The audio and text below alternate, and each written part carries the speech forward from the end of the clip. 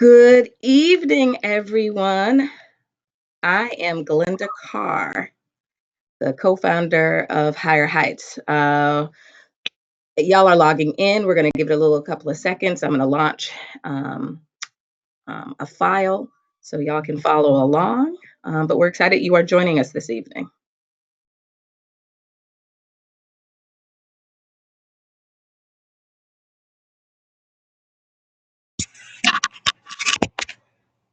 This very quickly. Oh, You're getting notifications whenever. Yeah.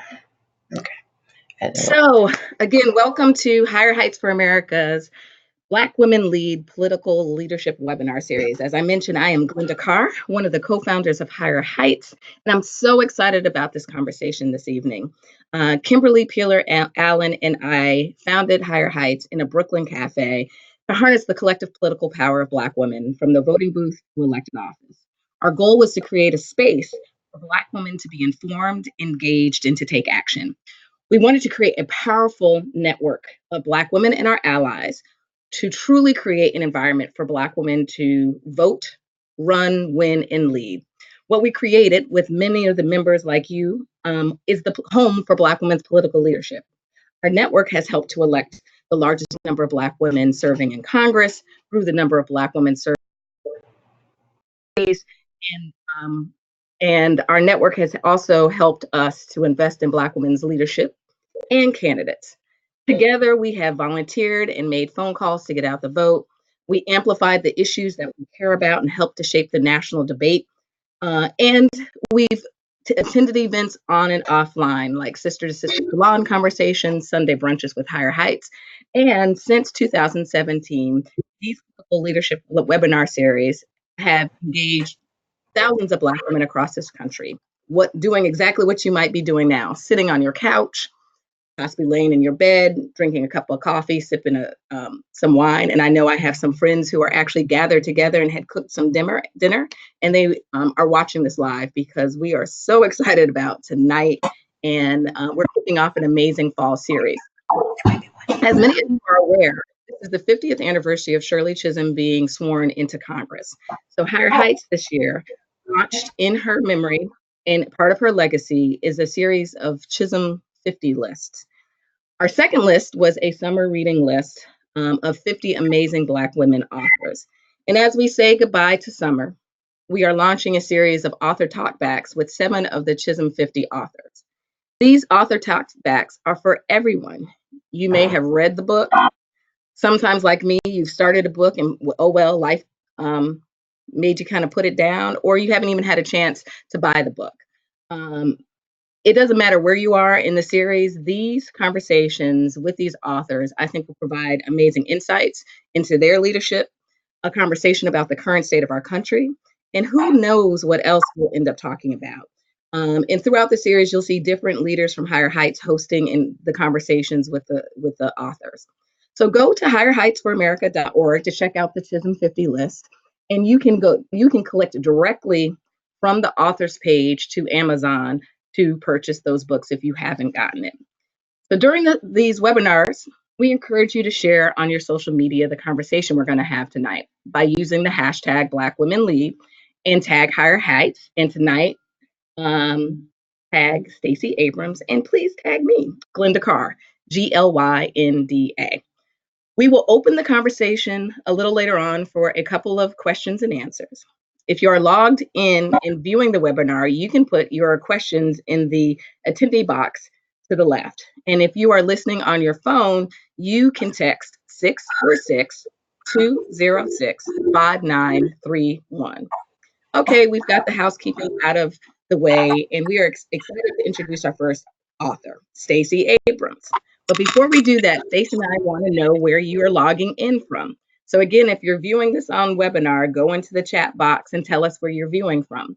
And if you're listening on the phone, text 646-202-5931 and type and tell us where you're from. So I see California is in the house, North Carolina, Boston. Oh, y'all are going Connecticut, Colorado, Virginia. So let me we all know in our head that we're friends with Stacey because in our head, we always have friends that are in our heads. But let me tell a little bit about her. Stacey Abrams is a New York Times best-selling author, serial entrepreneur, nonprofit CEO, and political leader. After serving 7 years in the Georgia House of Representatives and serving 7 of them as the minority leader, in 2018, Stacey became the Democratic nominee for governor of Georgia when she won more votes than any other Democrat in the state's history. Higher Heights was so proud to stand with Stacey, endorsed her candidacy on day one, and worked with her and her team to make history. She became the first Black woman to become the gubernatorial nominee for a major party in the United States. After witnessing the gross mismanagement of the 2018 election cycle, she launched Fair Fight to ensure that every Georgian and now literally every American has a voice in our election.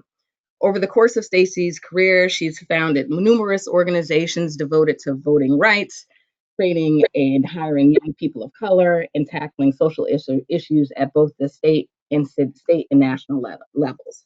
She's a life member of the Council of Foreign Relations, the 2012 recipient of the John F. K. New Frontier Award, and a current board member of the Center for American Progress. She's been a writer for years, and for many of you don't know that she writes under a pen name, Selena Montgomery, and has written 8 romantic suspense novels.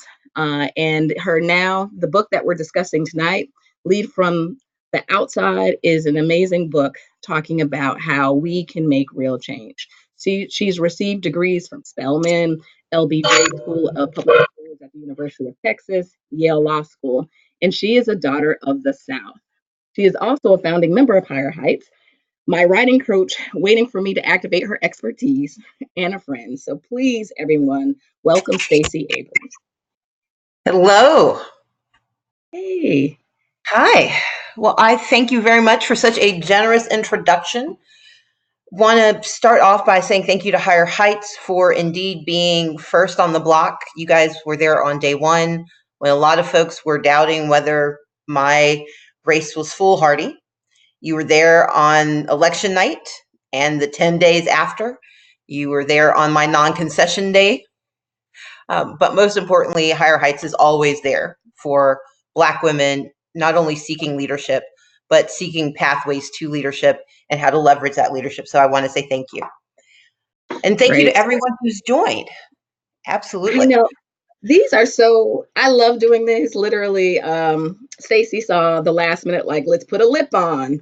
I don't think my living room is working. Her living room, like her living room has great lighting. I had to go find some great lighting.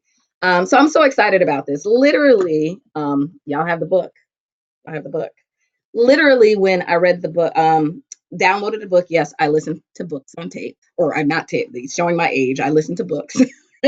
And had downloaded it because I was driving to Northwestern Connecticut, Northwestern Massachusetts for a Martin Luther King Day speaking engagement for a college. And so this was my reading material. And so I'm screaming in my head because, and I've shared this with Stacey, I'm like, oh my God, I can't listen while I'm driving. I need to take notes.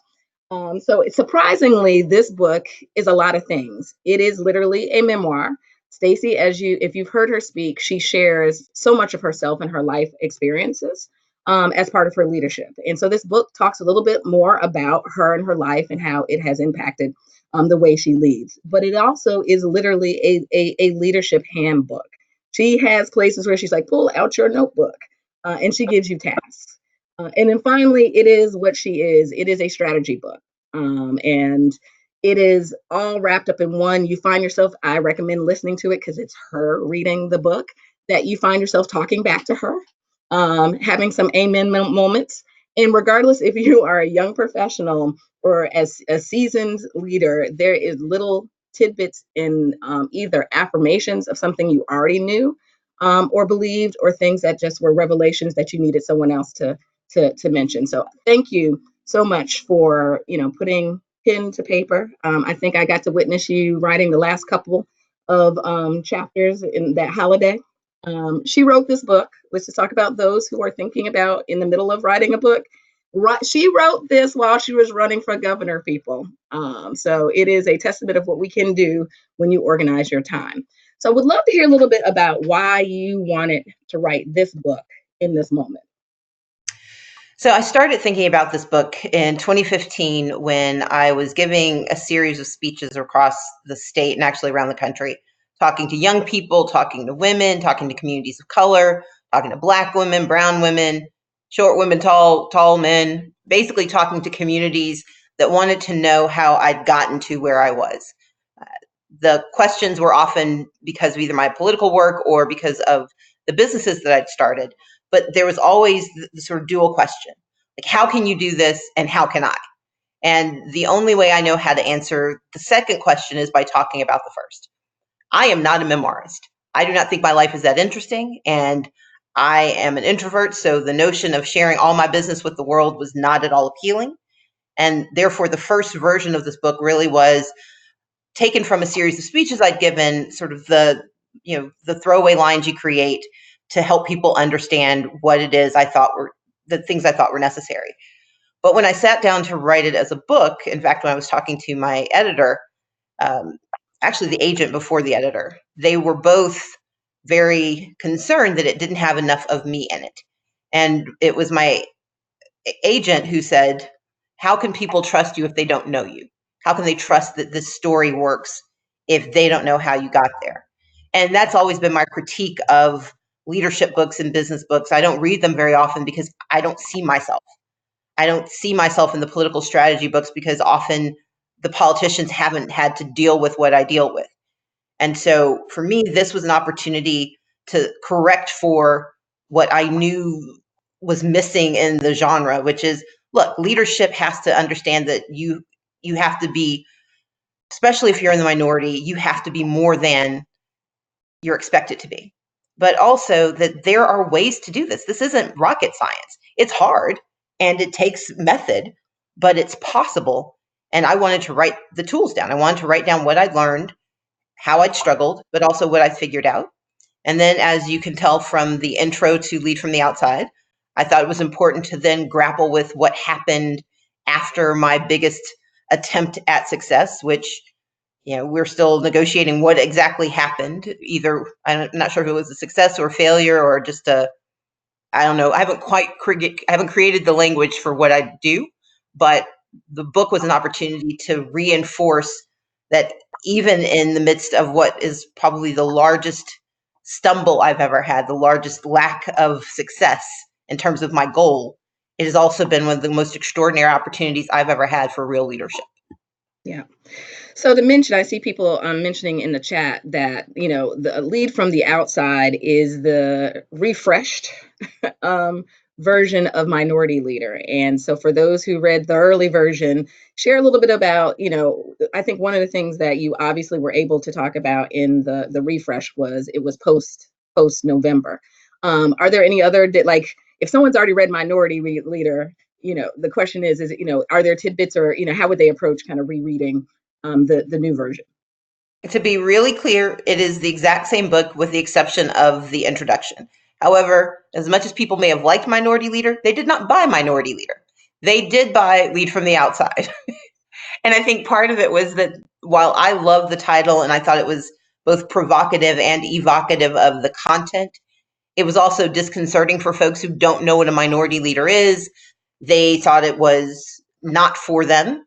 And I think the refresh and the rebranding was a perfect example of sometimes you try and what you try doesn't work. Because I was adamant about the title being Minority Leader. Mhm. It was Minority Leader, How to Lead from the Outside. So we just moved Lead from the Outside up front and suddenly people bought it. It may have helped that I did, I was on national television a lot. So, You were the tomatoes. most Google politician in 2018, little things like that. If you remember, I called you. I was like, "Listen, this book needs to be in 3 sections." So I think the rebranding allows it to know that it is a combination of everything. It's not like, oh, it's a political wonky book. It is a variety of other things. You will laugh, you'll be sad, you'll be angry. And so you mentioned something that I think holds true for women of color, and people of color. which is this notion of something that I struggle with. Failing is still one of my biggest things that I struggle with. It's one of my biggest fears.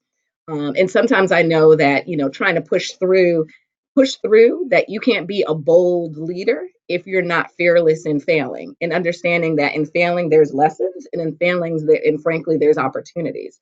So you talk a little bit in the book about failing forward, right? And you just mentioned a little bit about that. So you can share a little more about your philosophy on one, the importance of failing forward to be able to really truly live in your destiny, but also recognizing that as women of color, and particularly Black women, there's a whole historical reason why it is hard for us to fail forward, from an institutional structural perspective, but also just we don't have sometimes the luxury and the ability to have the support mechanism to say, go big. And sometimes you might fail big. I mean, I think exactly what you've said. I am an extraordinary loser. I'm really, really good at it. And part of it is my life has seasoned me for the fall. And it began really early, and I've tried to always see it as proof that I tried, but also information for the next try. When I didn't win the governor's race, that wasn't the first major thing I didn't win. And therefore, instead of allowing it to crush me, I mean, I was for 10 days, I didn't want to talk to anybody.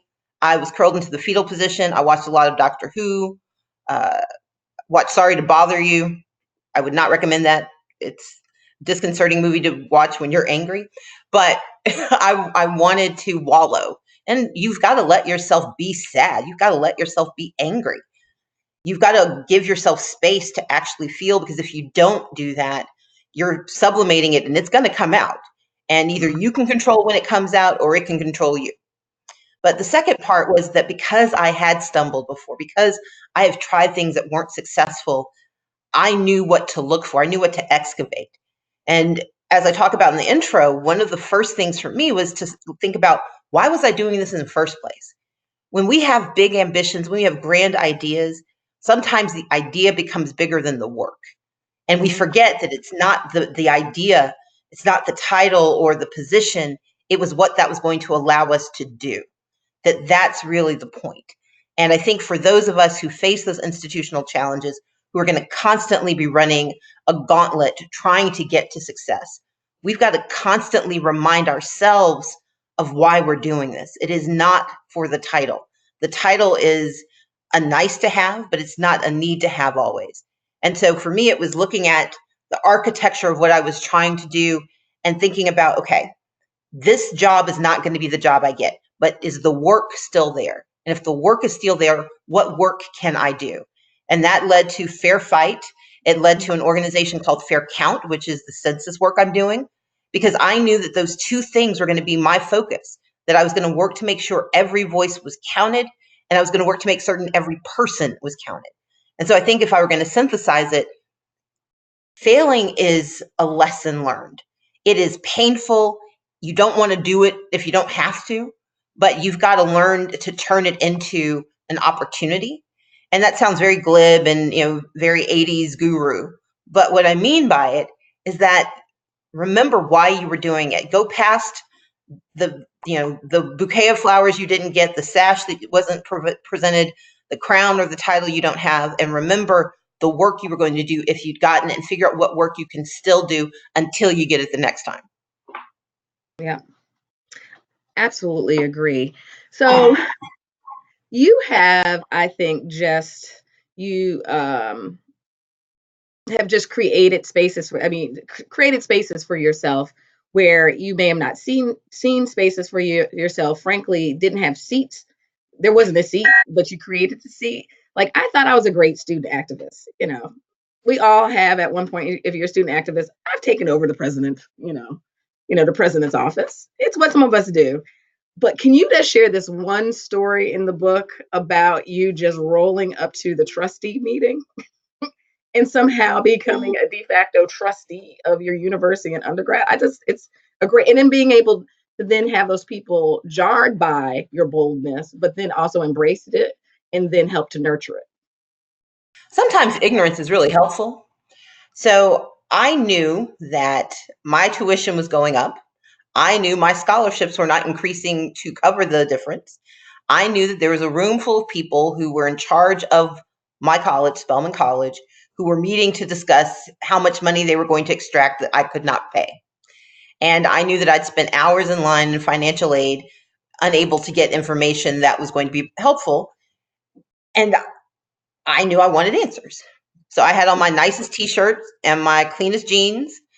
And there were signs that told us, because the dorm I lived in was right next to the conference area, I knew that we were told not to go into certain parts of the building because that's where the trustees were going to be. So I decided that's where I was going to be. I went and I knocked on the door, and I will never forget. They opened the door. The secretary of the college opens the door. She sees me standing there. It's not the first time they'd seen me in my freshman year at Spelman. And she said, "Miss Abrams, how can I help you?" And I saw Dr. Cole, Janetta Cole, who was standing at the head of the table of the board meeting. And Dr. Cole sees me and she's like, "Sister Abrams, how can we help you?" I said, "I would like to attend this meeting because you all are making decisions about my future and I think I deserve to be here." The secretary of the college quickly informed me that there was a student trustee. Like, she is not me. I don't know what she's doing, and I know what my personal experience is. And I didn't see anything in the handbook about me not being able to attend. Now, I did not know you're not supposed to be able to do this. But the one extraordinary thing about Janetta Cole is that she lives she lives what she teaches. And she looked at me and she looked at the board, and they were just waiting. They were all flabbergasted because this had never happened before. And she shrugged her shoulders and said, "Let her in." And so I walk in, and there's this older white gentleman named Alan and an older white woman named Lucy, and they sort of scoot over and allow me to take a seat between them. And Alan slides his trustee notebook in front of me and points to a page and says, "Here's where we are." And that moment of not just acceptance, but that moment of saying, "Okay, if you're going to be here, we're going to treat you like you're here," made me sit a little straighter. I had no idea what those numbers meant. And it was going to be several weeks before I truly understood what I had done. But the worst that was going to happen was that they were going to shut the door in my face.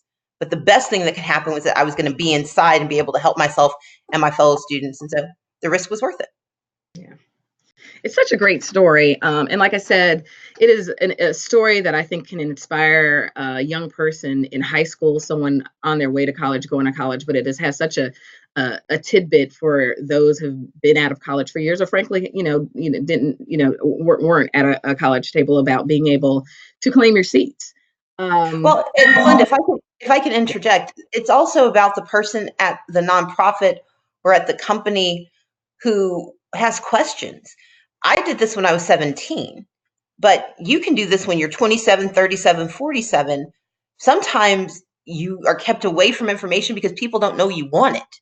Mm-hmm. And the moment of asking, whether you're in politics or anything, because leadership training happens across sectors, it's that moment of being willing to ask the question and presenting yourself in a space where people don't know you want to be. Yeah. Absolutely. So one of the things that I love about you, I actually was arguing with somebody yesterday, is that you are like extremely methodical. Yes. You take my to-do list to a whole new level. Those who know me, I have a to-do list for every day that's segmented into what supposedly is my life. And you have been doing this for years, right? And so can you share a little bit about your approach to, you literally have orchestrated your life's journey from the original spreadsheet, which probably was a Mac, that you did in the college library, because none of us had computers in our room. We actually trucked across campus. For those who remember when you had to truck across campus, I'm like, sure, if y'all are saying, well, some of us were typing on typewriters. And you literally, at a moment there was a moment in your life that drove you to sitting in front of a computer, developing a spreadsheet that you literally are still using. But it has also allowed you to create the pathway and journey for your life. And sometimes you've had to change your pathway, I think. Sometimes you've had to navigate roadblocks, as you share in the book. And sometimes you have to be limble enough to fast track where there's opportunities. But you've stayed true to the foundation of that spreadsheet. And so I think it is a great lessons learned in the book that allowed me to take some notes in the margin around my visual life's journey is not a spreadsheet. I'm a little more creative. It's got some pictures and it's framed. But share a little bit about the tool that you've developed in 19 and have continued to use. My understanding, right, is you still have it and you still update it and you still use it as your guiding force.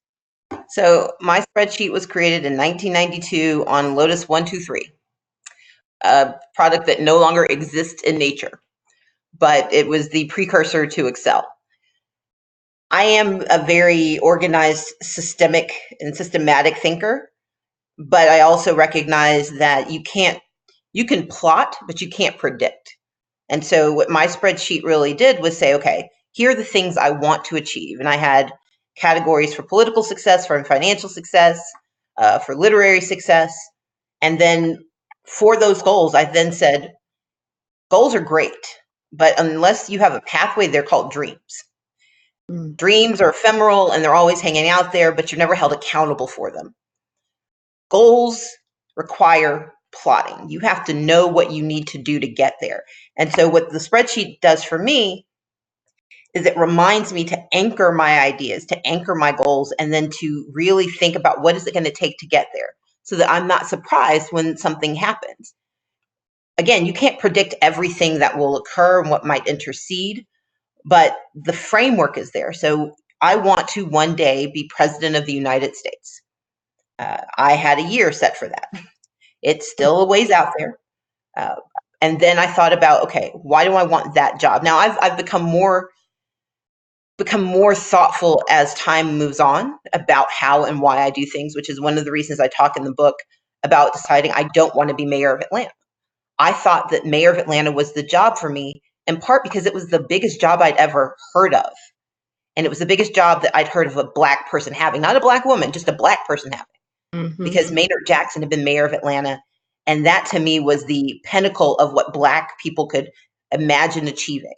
And then I realized, wait, we can be senators. I don't want to be one, but we could be. But I also realized around 19, so I wrote the first spreadsheet in 92. I updated my spreadsheet in 96 when a good friend of mine said, you could be president of the United States. And once I finished laughing, he said it again. And I thought, if this white guy from the South thinks, based on knowing me, that this is something I can do, let me give it more consideration. So I put it on there, but I put it on there like at the latest date I could possibly imagine, which was near 2030. So I did 2028. But since that time, what's happened for me is that I've thought about, why did I want the job of mayor? What work was I going to do? And that work was larger than the job of mayor. It was being governor. And being a governor is a critical path for me because of the work I want to do. Being president is also part of that critical path, but they are different jobs. They take different requirements. They are not fungible, but it's better to do them in sequence. It's not necessary. And for me, the larger construct of the spreadsheet is this. I constantly have to come back to, when I come back to the spreadsheet, I come back to it to remind me of why. Because it is wonderful to hear your name bandied about on MSNBC and to have Lawrence Tribe stick his trolls on you because you decided you don't want to run for the Senate. And it can be a heady experience to be thought of as someone who can achieve. But I remind myself every time I look at that spreadsheet that it's not just about the title, it's about what is it going to take to get there and what am I willing to do to make that so. Yeah, you actually answered my other question is you also, you talk about knowing what you believe is true power. And my next question was talking about tell your truth, because as you know, and I argue, I argue for you all the time. I am your petty friend when need be. And then I'm that, I'm, that person that's like the petty equal, is that everyone has what they think you should be doing in this moment. And so I think you've answered it, but I'll allow it to be like, speak your truth. There's a lot of people that believe, have lots of goals and aspirations for you, but then they also recognize you're a vehicle to achieve their goals and aspirations for the moment. And what I love about you, which is I argue, is when you speak your piece and have made your, you have, developed your pathway and what you believe you should be doing in this moment, you stand true in that. So speak your truth on the moment. Thank you. Okay. I understand the roles that each political office plays. And I think it is important to understand that before you decide what you want to run for. When someone comes up to me and says, I want to run for office, what should I run for? My immediate question is, what do you want to accomplish? Because if you don't know what you want to accomplish, the job doesn't matter. Because if what you want is to put out fires, you do not become a dog catcher. It's a different job. And if you want to catch animals, do not sign up to, be a water skier. You've got to know what the job does. And so I've been very thoughtful my entire adult career thinking about how government works. I intentionally worked in the bureaucracy of the city of Atlanta. I was a deputy city attorney, which meant I had to work with every user department and get to know what those departments did. I worked for the mayor. I worked for city council. I was perplexed by how city council operated because these are people who called each other everything but a child of God on Monday and then were voting together on Tuesday and going out to lunch on Wednesday and then calling me to backbite each other on Thursday. I'm like, how does this work? And so I decided I needed to understand the legislative process. I ran for the state house. I was there for 4 years and I realized two things. I was not in love with being in the legislature. I was effective, but it was not my highest and best use of my skills. But at the same time, there was an opportunity to run for leadership. And the moment I had a chance to help organize and build structure and do the things I thought needed to be done, I got to have an executive role within a legislative body. That was my happy place. And I leveraged it. I was able to do so many things with it. And what I know now is that when I balance the question of, do I want to be an executive, someone who actually has to put things into place and make them run? Or do I want to be a legislator, someone who has to be deliberative and help build policy, but is never responsible for its execution? My place is on the executive side. And therefore, the idea of running for the Senate is not one that appeals to me. I can win that race. There is no question. We have polling that shows, we have information that shows that a Democrat can win in 2020 in Georgia. I believe that with my whole heart. But there are two things I also believe. One is that I'm not arrogant enough to think I'm the only one who can win. And two, that I've done enough work in Georgia that I can make someone else, I can make their path easier and I can make their pathway successful. And therefore, for me, the Senate is not the place.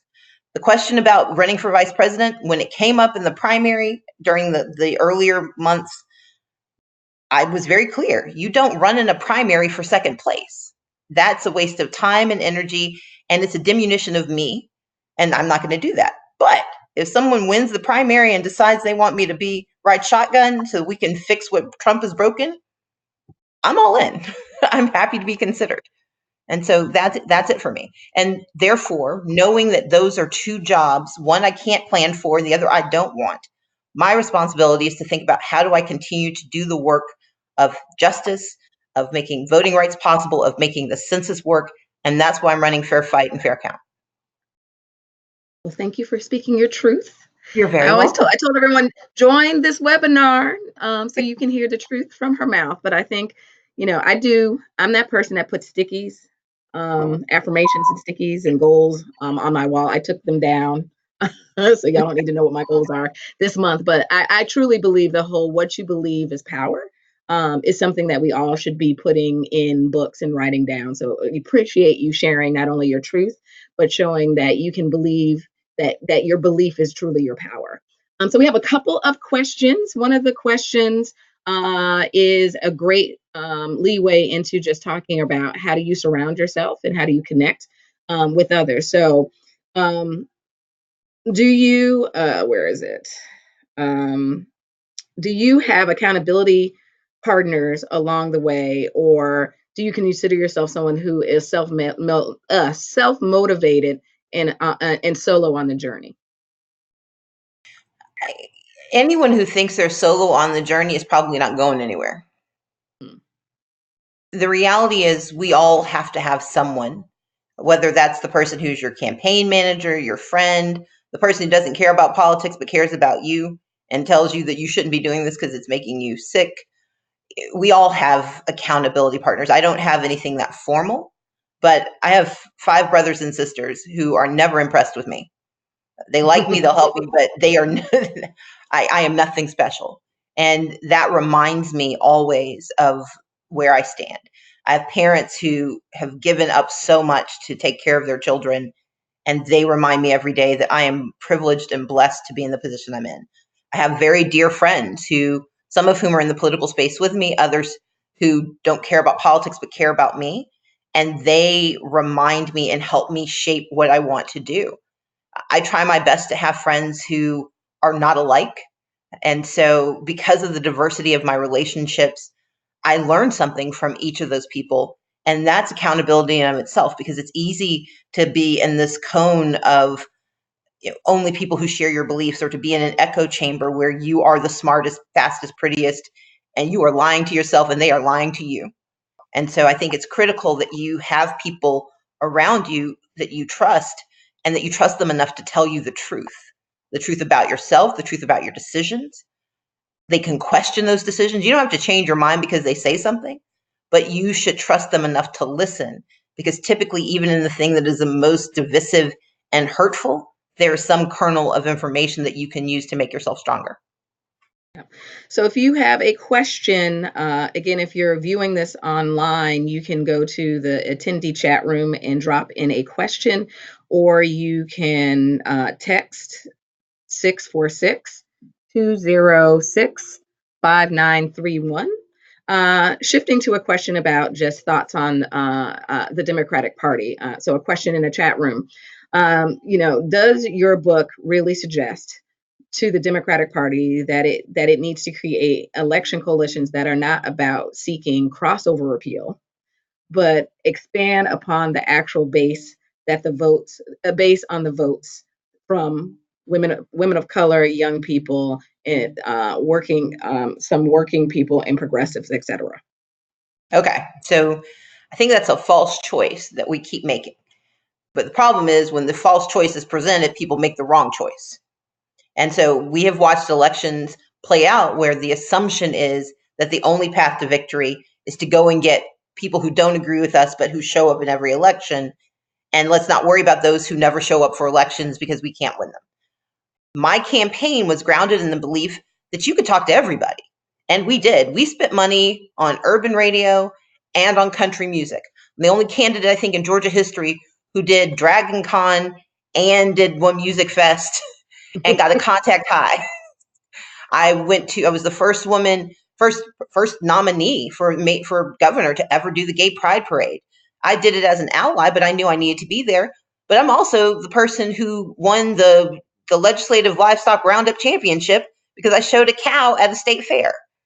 I say that to say this. What I believe in, what I want to deliver as a leader, should help everyone, and everyone should know about it. But I'm going to spend a commensurate amount of time and money based on the likelihood of your investing. And so I'm going to spend more time with those who are we don't use the term base because I think base presumes they're already with us. Our likely voters, we spend the most time and the most money on, and those are communities of color, progressive communities. We spend time with the marginalized and the disadvantaged, and we center them in communities of color because they are the most likely ones to stand up with us, and we are going to invest heavily in them. But we're also going to invest in those communities that may not turn out for me, but I cannot abandon them and think that I know enough about them to say that. Now, no, I'm not walking into a KKK meeting saying, look at me, look at me. But I will go to places where people don't expect to see me. And we spend a lot of time in rural Georgia. I mean, it's one of the myths. I didn't go to rural Georgia. I not only went there, nearly bought a house. We spent time in all of these places. And so I say all of this, when we are pushing the Democratic Party, it is not to push them away from talking to everyone. It is to tell them that the most efficient election is the one you win. And the one you win is when you talk to enough people that you get more votes than the other side. We don't know what they will do because one group has voted for the other side and the other group hasn't voted. So let's bet on both to see who we get to turn out so we win. Now, in my case, it meant 800,000 more people showing up in a midterm election than in Georgia history. However, I ran against the cartoon villain, so I am not the governor. But we know the process works, and we know that the formula works because not only did I triple Latino turnout, triple Asian Pacific Islander turnout, increased young youth participation by 139%. I added more Black people to the rolls. 1.1 million Democrats voted in 2014. 1.2 million voted for 1.1 million Democrats voted in 2014. 1.2 million Black people voted for me. So we increased Black participation by 40%. But we also increased white participation for the first time in 30 years. Yeah. And what that shows for me is that, and of course, Higher Heights whole lens, and we center Black women, is that Black women's leadership transcends and is inspiring. And I think we said this from day one for you, is we were with you because you were qualified and experienced, but it was also showing the possibilities that exist for leadership that comes from your background, that looks like you. I spent a lot of personal time in Georgia as much as I could because my goddaughter lives down there, and she's in her second year in high school, so it's a sophomore. She still wears her hair in Afro puffs. We're like, we could do another style. They don't have to be in in two little buns, but it's something about her being able to watch the evening news because her family eats dinner every night together, and to actually, like, for her, she can't comprehend what leadership looks like because you created that for her. And the legacies of the many of those people that our young people have been able to see. So in this moment, we see, a continued record number of Black women running for office. I call it the Stacey Abrams effect. Our research from the Center for American Women in Politics already shows that, women of color are still actively discouraged from running for office. But when we see other women stepping out and leading, it is a role modeling effect. And so what is your thoughts about how do we keep up the momentum of the number of Black women running? And I think I would add to this, this was a question from the chat room. And then what are the things that we need to do to continue to lessen the barriers for those women running for office? Because we are still being targeted. We are still being portrayed in the media and social media in oftentimes in a sexist, racist way. So how do we use this moment to grow our numbers? And then how do we, as a collective, ensure that we are lessening the barriers? Number one, we have to run for office. Know what you're running for, know why you're running, but run. Do not wait to be credentialed. Do not wait to be asked. Run because the universe is asking you. You're not going to get a specific phone call. Just know the universe is demanding it. And if we were confused about that, just look at who's in the White House and know the universe is calling you. Number one. Yeah. Number two, if you don't want to run, then find a way to be helpful anyway. I'm an introvert. It is hard running for office. It is a difficult thing having to wake up and go, no, I'm going to be shaking hands with a lot of people. Many of them are going to try to hug me, and I'm still working on the saying hi thing. But for me, the larger responsibility is the work. And so I get past my introversion, and then I come home and ignore people for hours on end. But know who you are, know what if you're not going to be comfortable being the candidate, be the campaign manager, learn how to be the finance director, know how to be the comms director. That is one of the hardest jobs to find to do in a campaign. It's one of the hardest jobs to fill. If you are good at communications, you can be very well employed during election years. So find a way, if you can't be the candidate, find a way to be the support system for that candidate. And then be voters, not just yourself, but one of the reasons Black women are discouraged from voting is that when we try, we don't make it. And one of the reasons that happens is that people are all excited about you running, but they don't want to do the work of knocking on the doors with you and making the phone calls with you and investing their dollars in you. And I know I'm preaching to the choir here, but the choir needs to go out into the neighborhood and start recruiting other people. Because until Black women can turn out the votes, it's going to be harder and harder to convince people that we should be taken seriously as anything other than voters. And so we've got to leverage ourselves for that purpose. The last thing I'll say is this, going back to the first question. The Democratic Party is a macro organization, but decisions about how campaigns are run, those decisions are made by candidates. We have to stop believing that Tom Perez can make the decision about how we win the presidency or how we win a Senate race or a House race. The candidates decide. And so we need to hold candidates accountable for not simply reaching out to what's comfortable. We've got to ask candidates, how are you getting to everyone? Because as long as candidates are exempted from that conversation, then just the boogeyman of the party gets held accountable and not the candidates themselves. Yeah, I appreciate you mentioning the how you navigate as an introvert. It was one of the questions in the chat room. I think it is important for introverts, which I am one as well, to talk about it. Many leaders that you often see are actually self-identified and/or identified by others as introverts. And if you think that is something that I think is holding you back, it is, you know, one, talk to those who have boldly share Or their text them if experience. you don't want to talk. Pardon? I said, or text them if you don't want to talk. Sorry. You like best way to communicate.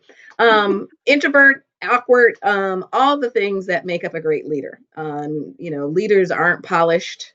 It takes a lot for many of them to get out the door in the morning. And so leadership comes in all forms. So we're almost nearing the end. We have a ton of questions. I'm going to ask you a question, look at all the questions, be able to wrap in two questions to get as much as we can possibly cover in two questions. And then want to talk a little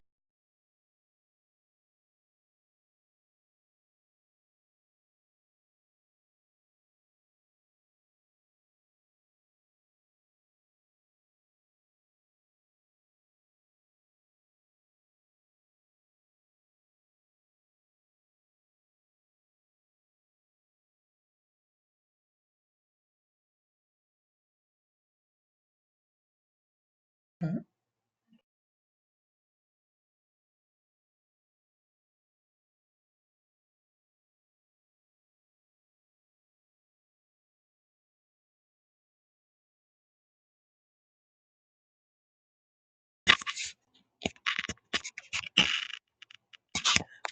Should I answer?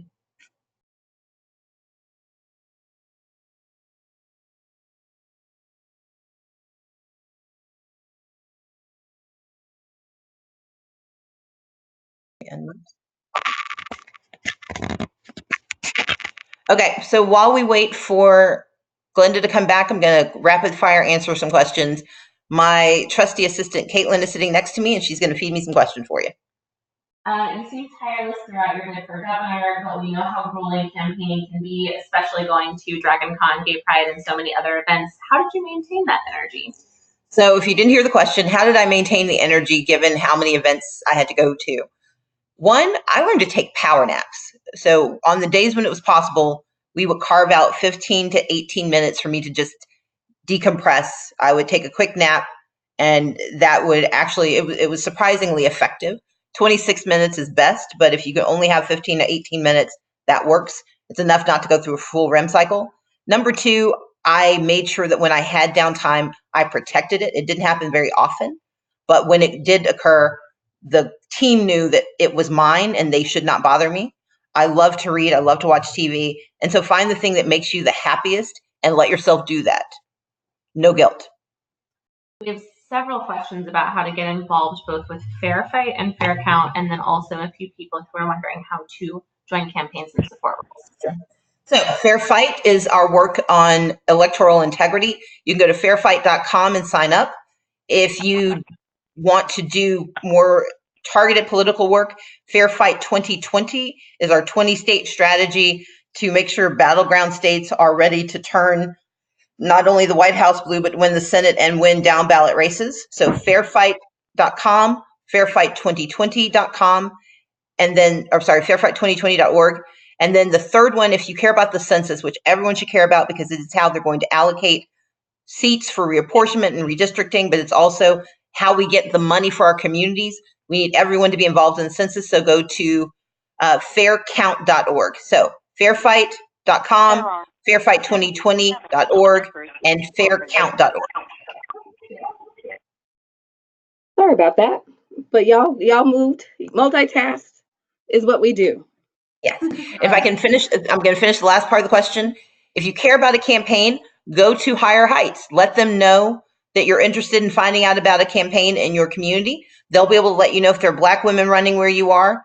And then most places have a Democratic Party. They will tell you who's running. But sometimes you need to be out there recruiting candidates because you know there are elections coming. Recruit candidates. and help them run. But you can go to emerge.com. They're an organization that helps women. Emily's List, but Higher Heights is your best place to start, and they can give you more information.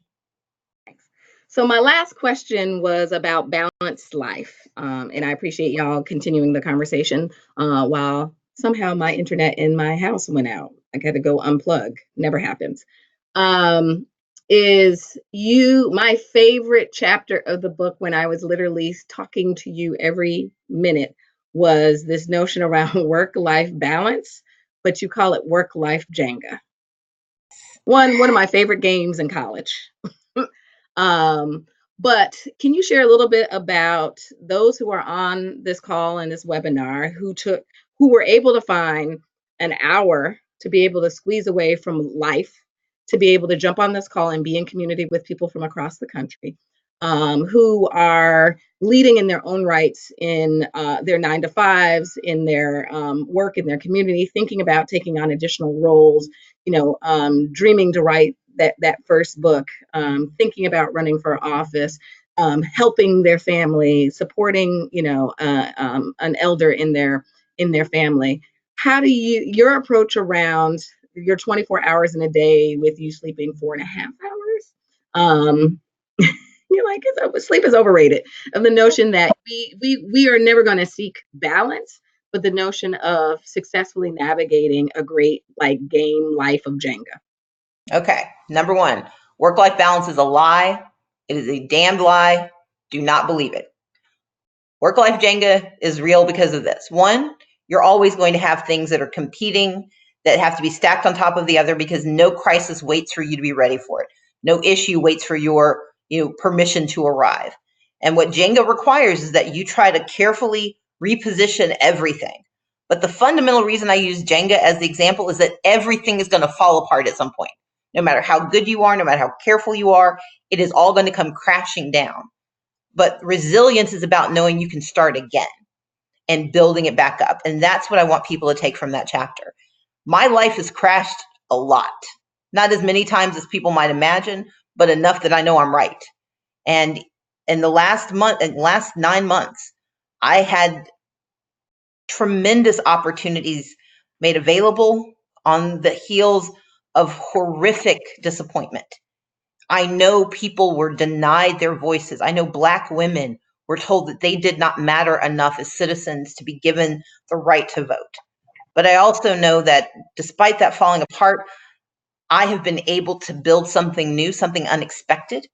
And in doing so, I am stronger than I was before. And I am not only more resilient, but I'm also a better person for it. I still would rather be governor, but in lieu thereof, work-life Jenga is why I'm able to keep doing the work I do, and why I'm able to be tireless, because I know there's more out there and I'm going to get it. Great. Well, thank you for taking the time. Lots of other questions. So, in her work-life Jenga, maybe we'll be able to have her write a little column and answer some of the questions that we haven't been able to get to. But I think broadly, we hit many of the questions you have. This is just first in a series of talkbacks that we're going to be having. So you stay tuned to all of the amazing things that are going to happen in this Black Women Lead webinar series. So we have 6 more author talkbacks. Next, on September 19th, Corinne Jean-Pierre, who you may know from her, seeing her mostly on Saturdays on MSNBC. She's a contributor for MSNBC and a spokesperson for MoveOn.org and a political strategist. She has a book coming out. So we're having a talk back with her before her book comes out. At September 19th. We are gathering. The technology is going to be interested in this because we're going to be in 5 different areas, but we are gathering the color girls. Donna Brazil, Yolanda Caraway, Leah Daughtry, and Mignon Moore, as they talk about their book, The Color Girls Who Consider Politics. And that's on September 25th.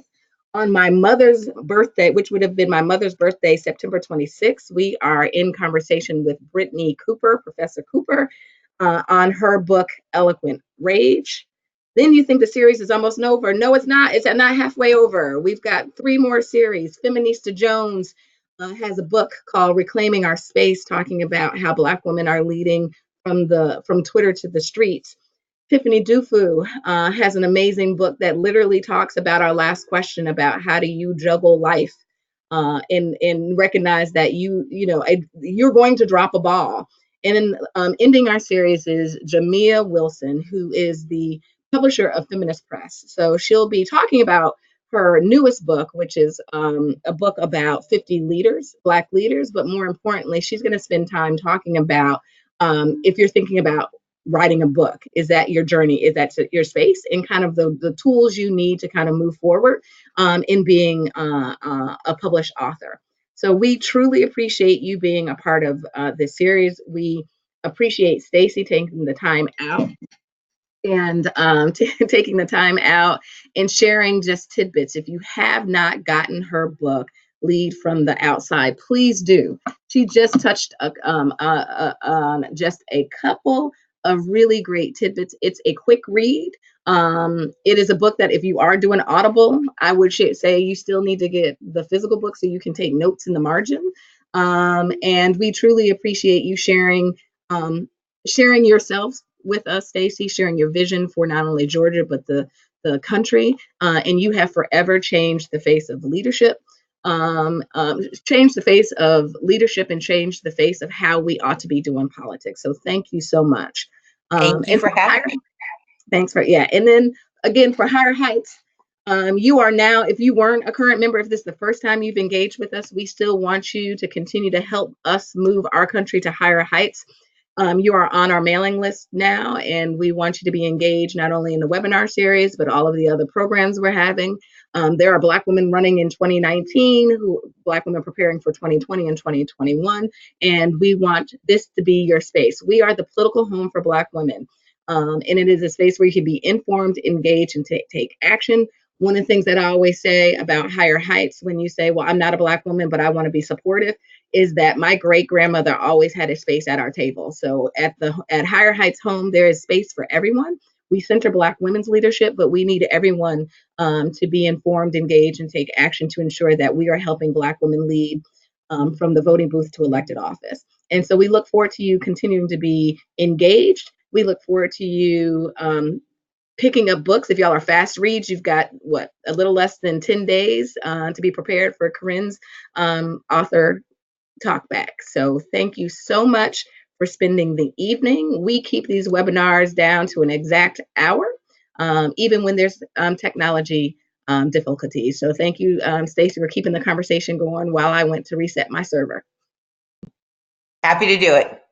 Good night, everyone. Night.